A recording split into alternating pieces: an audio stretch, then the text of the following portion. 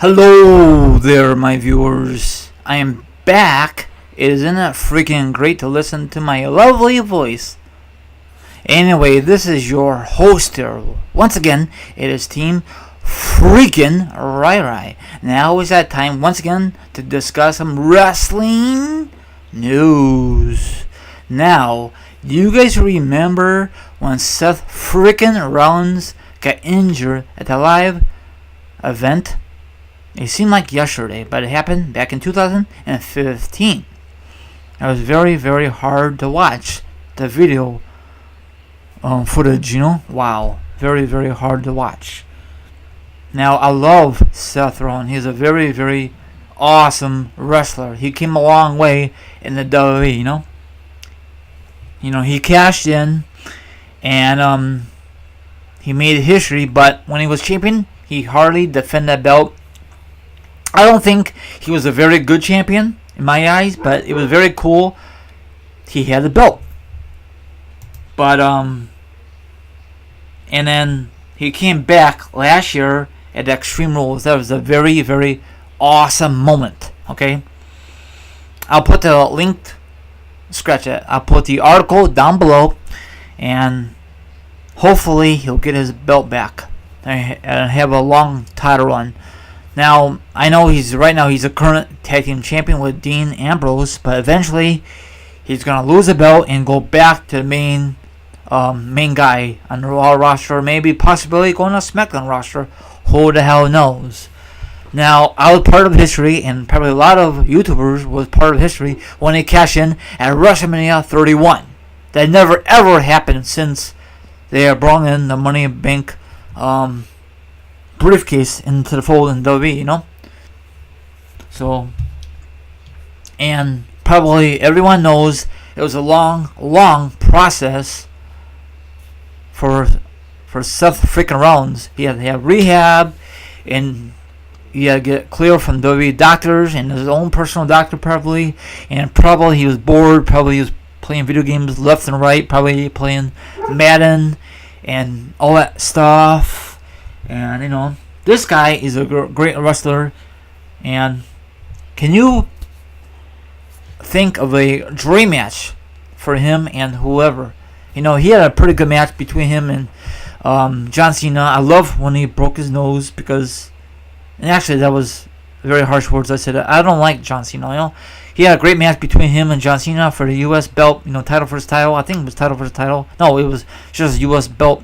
It was great because he was champion at the time, the main belt, but he hardly defended it, and it was not his fault. It was the creators. He was just holding the belt left and right. He had the two cronies, Big Show and Kane, and he had those two jabronis.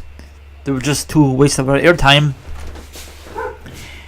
And then I don't know, when he came back, he was face, and I hate when WWE does that. When you come back from injury, let's make him back to face. And that was a very, very stupid decision.